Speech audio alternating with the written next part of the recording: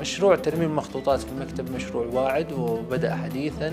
طبعا المكتبة اهتمت من البداية في ترميم المخطوطات، لكن حاليا عندنا خطة جديدة لترميم المخطوطات بصفة عامة للمكتبة ومعالجتها معالجة فنية لتكون لضمان حفظها المستقبلي واستمرار الاستفادة منها.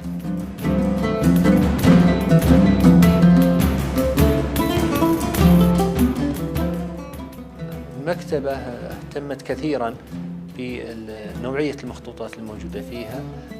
يوجد في المكتبة مخطوطات من أندر المخطوطات على مستوى العالم.